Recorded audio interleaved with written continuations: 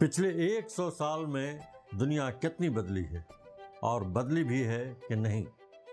آپ آج کے حالات پر ایک سرسری نظر دوڑائیں۔ یہ کام ہو گیا ہو تو آئیے سنتے ہیں آج سے ٹھیک 100 سال پہلے مولانا ابوالکلام آزاد 29 دسمبر 1925 کو کانپور میں منعقدہ آل انڈیا خلافت کانفرنس میں کیا کہہ رہے ہیں۔ حضرات، ہندوستان سے باہر کے بعض تازہ حوادث بھی نہ صرف اس سال رواں میں بلکہ اس پورے دور میں اپنے آثار و نتائج کے اعتبار سے یادگار رہیں گے۔ عنقریب تاریخ مختلف عنوانوں سے ان کی داستانیں مرتب کرے گی۔ موصل کے قضیہ کا نام نہاد مجلس اقوام نے فیصلہ کر دیا۔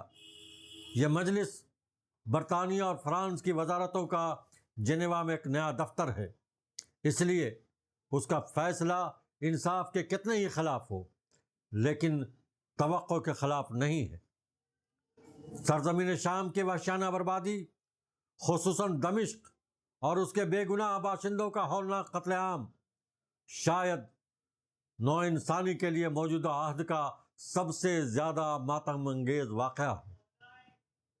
عظیم و جمیل دمشق، جو دنیا کی تاریخی آبادیوں میں سے ایک ہے، جس کا چپا چپا تاریخ مشرق کے بیش قیمت آثار کا دفینہ ہے، جو ایک صدی تک اسلام کے شاندار عہد عروج و تمدن کا مرکز رہ چکا ہے، جس کی تاریخ کو مرتب کرنے کے لیے ایک زمانہ میں حافظ ابن عساکر کو 80 ضخیم جلدیں لکھنی پڑی تھی، اب ایک منہدم کھنڈر ہے، اور متصل 72 گھنٹے کی گولہ باری نے جو کسی میدان جنگ کے لیے بھی ایک ہولناک ہلاکی تھی، اسے انسانی قتل و غارت کا ایک وسیع مدفن بنا دیا۔ صاحبو، دمشق کی تباہی صرف ایک شہر کی بربادی نہیں تھی، یہ اس تہذیب پر حملہ تھا جہاں صدیوں تک علم، ثقافت اور انسان دوستی کی پرورش کی جا رہی تھی۔ مولانا آزاد نے دمشق کی تباہی کی درد انگیز داستان سنانے کے بعد کہا، حضرات، انسانی ظلم و ناانصافی ہمیشہ کی طرح آج بھی موجود ہے، اس لیے ہم اس کے نتائج دیکھ رہے ہیں، لیکن انسانیت اور انصاف کہاں ہے جس کی پامالی پر متعجب ہوں؟ طاقت نے کمزوری اور غفلت کے ساتھ کب انصاف کیا ہے کہ آج کرے گی؟ ہر انصاف جس کا مطالبہ کمزوری کرے رحم ہے، اور اس دنیا میں قومیں رحم نہیں کیا کرتی، یہاں صرف طاقت اور ضرورت کا اعتراف کیا جاتا ہے، اور اسی کا نام انصاف ہے۔ ہمیں چاہیے کہ حقیقت کے خلاف ہر فریب خیال سے انکار کر دے۔ لیکن حضرات، ان المناک حالات کی تاریکی میں امید اور مراد کی روشنی بھی کیسی تابندہ اور نمایاں ہے۔ کون کہہ سکتا ہے کہ یہ آثار اپنے پیچھے کیسا روشن طلوع رکھتے ہیں؟ شمالی افریقہ میں امیر محمد بن عبد الکریم کی فتح مندیاں حق و آزادی کے معجزات باہرہ میں سے ایک نیا معجزہ ہیں۔ اسی طرح شام میں شجاع اور جاں فروش دروزیوں کی قومی حرکت کیسی شاندار اور امید افزا ہے۔ بہادر دروزیوں کی حرکت پہلے صرف جبل حوران کے قبائل ہی میں محدود تھی، لیکن دمشق کی ہولناک بربادی کا نتیجہ یہ نکلا کہ اب تمام آبادی ان کے ساتھ شامل ہو گئی ہے، اور غوطہ کے مرغزاروں سے لے کر جبل حوران کی سنگلاخ گھاٹیوں تک استقلال یا موت کا نعرہ بلند ہے۔